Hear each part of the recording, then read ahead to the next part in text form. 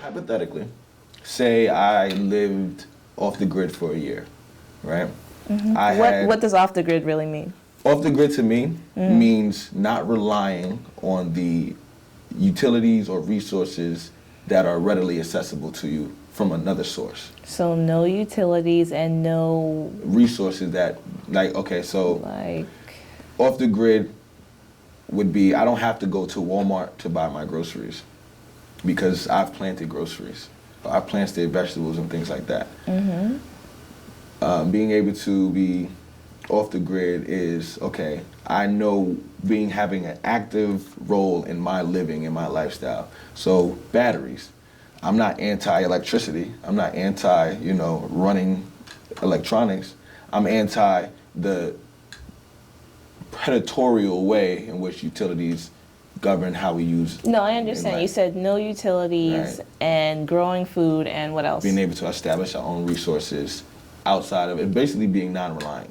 Just off the grid means off that grid of relying on independence. who? Say again. Off of the grid of not relying on who? On any type of and then when I say relying, doesn't mean you can't get help from people who's not against strategic no, partnership. I understand. But being dependent, being off the grid of dependency. Of who? Okay, well, in this case, it would be Georgia Power. It would be, I live on the east side, so it would be DeKalb County Water Supply. Okay. I would not relying on anyone for my entertainment, not relying on anyone for pretty much anything any necessity that I need. You know what I'm saying? So I'll bring an example. So wait. So you're saying the basic necessities is self. You're doing it yourself, is what you mean? Yes, and I want to add to that to give it a little bit of context. Traditionally, our greatest resource was each other. That communal experience, that communal environment, we weren't reliant on any one thing. We were more so relying on each other. And that produced a certain way of life. Now, because we adopted these individualistic goals, that had given us a different worldview. But yes, off the grid would be not being dependent upon anyone or anything. Now, it's tricky in 2020, but that's the goal, is to be able to be sovereign enough where the only people we need are the ones that are here in the community. Okay. And just for example, I because I want to kind of live my politics. So I do live off the grid. I live in a structure with no electricity outside of the batteries that I've built in, outside of the water that I bring in and pump, outside of, I don't watch TV, entertainment. I do have the internet. Internet's big. What else? We have plots of land for growing. We haven't been able to grow anything in the last couple months. It's the winter time. But those are those little bits of steps that lead to being self-reliant. That is what I would like to bring people in on. The understanding that just because you're off the grid, just because it's a counterculture, doesn't mean that you're lacking anything or you're missing anything. To be honest with you, if we had a little bit more, as a nation, as a culture, if we had a little bit more social responsibility, if we had a little bit more discipline, there's certain things that we wouldn't do. Because we live in this society, excess is always there. We have the ability to take more than what we need. I'll have 5 cars. Why? Because I want 5 cars and I could buy 5 cars. But with a little bit more social responsibility, a little bit more discipline, you'll understand, yeah, you're right, you can have 5 cars. You have enough, capital to buy 5 cars. But is it socially responsible to have 5 cars? Are you contributing to the entire growth of the community, or are you contributing to the growth of you as an individual and maybe the few people that are in your sphere of influence? Okay. So I believe that with that mindset change, we already live in abundance. Okay. So you have a particular mindset. Yes. How many people do you think share your mindset, realistically? Realistically, I'll say two things. One, it doesn't matter because this isn't for everyone. You need to build a community of people, But right? but there are going to be those who don't agree, and then there will be those who agree. Yeah. Those who agree, the mindset isn't know-how. My mindset didn't come from know-how. My mindset came from the curiosity, the what if, okay, I don't know how this is going to work out, but I'll learn as I go. And then there's other ones who have, no, this is already set in place for me. So if you're set in place and you don't see the what capitalism and what Western culture has done, if you don't believe that capitalism is wrong, if you don't believe that, maybe you do believe that this is a true democracy, if that's your stance, then gospel of black liberation isn't for you. It's not about getting everyone. So who it's is about it? being there for the people that need it. Who is it for? The people, what mindset, if you have the mindset of building your own, if you have I wouldn't even say building your own, the ideal person that would want to be a part of gospel of black liberation is the individual that understands the power of community. Okay. That understands the power of us working together in a cooperative as opposed to working for something individually. Okay. If you see the value in that, come on down. You know what I mean? And especially with the gospel of black liberation, because we take this Justice League approach where there are many different people, you'll have different views. Justice League, I can't. No, you don't like the Justice? I like the Justice League.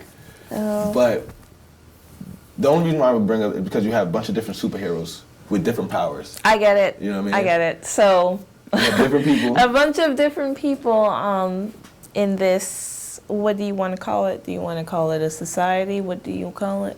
Oh, well, I call myself a nation builder. I mean the kind of person that joins this entity. Is it a society? Is it a community? What do you call it? We'll call it nation. A nation. Nation, a gathering of people. What is nation but a gathering of people that are joined by common core beliefs, understandings, understanding, discipline. I think we could go into words, but as long as we have a common core understanding of who we are and what our worldview is, come on down. Okay. We don't have to agree on everything.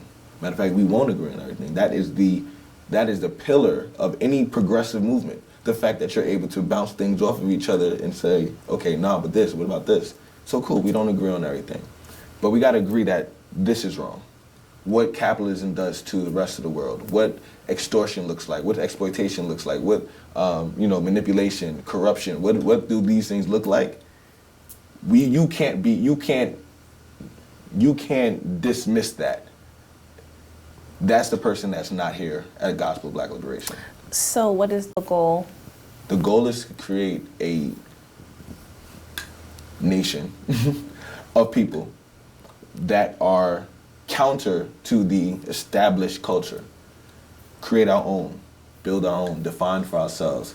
And now when I say define for ourselves, the biggest thing I can say is define a worldview. Because we've lost the purpose of life. A lot of people understand life to be something. Okay, I'm going to build wealth and generational wealth for my family. Well, that's good and great for your family. But the purpose of life, and if you are part of the Gospel of Black Liberation, is one of the things that you'll come to understand. If you believe in the purpose of life, we have a communal purpose. We share a collective consciousness. You weren't born into a vacuum. You weren't born into one person, you were born into some type of community.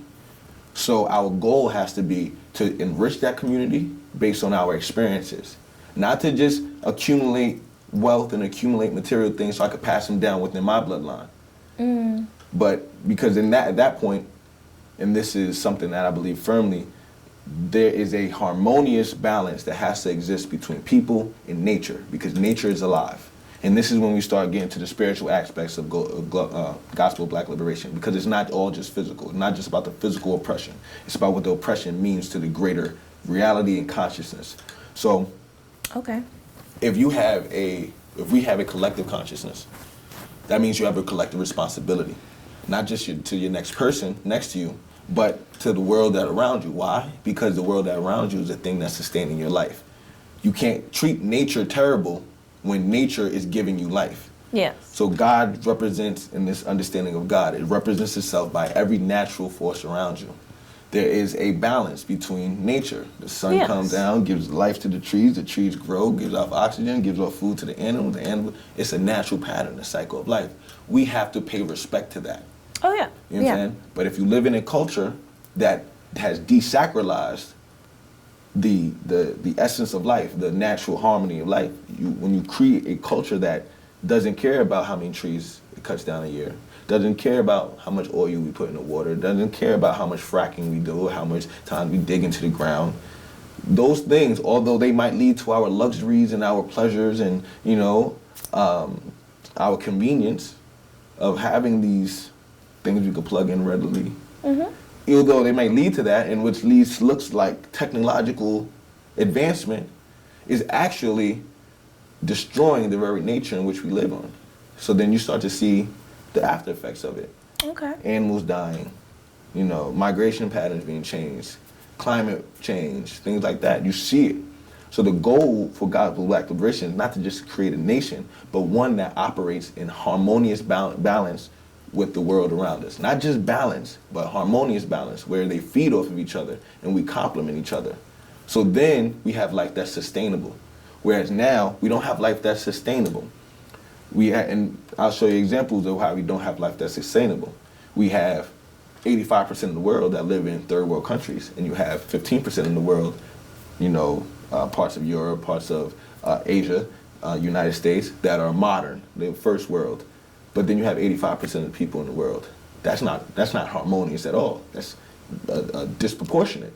So why do we live like that? If there are enough resources in the world how much food do they create, do they grow and then burn because they can't make a profit off of it? How many resources are destroyed? How many different rainforests are, infiltrated and torn apart? All for what? So that you have some people living at this standard, and then other people have to fight their way in varying levels down here. Yeah. There's no harmonious balance. So if we create a lifestyle, a worldview where balance is a principled thing, then what we have is a self-sustaining community. Got you. Okay. I got you. So I think we may be done. All right. I got you. All right, we can sign off. Well, 5 seconds. Thank you for tuning in this great discussion about oppression and liberation and what it means for ourselves. This is the Gospel Black Liberation. I want to thank Amanda for coming down. Amanda White from AJ White Photo.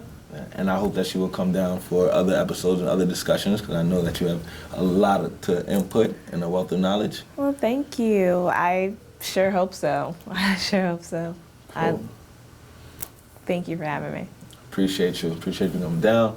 Tune in next time, and make sure you click the link below and the link to my left. I'll put a link right here and below. Check out the videos and check out the other articles. And thank you for tuning in to Gospel of Black Liberation. Peace.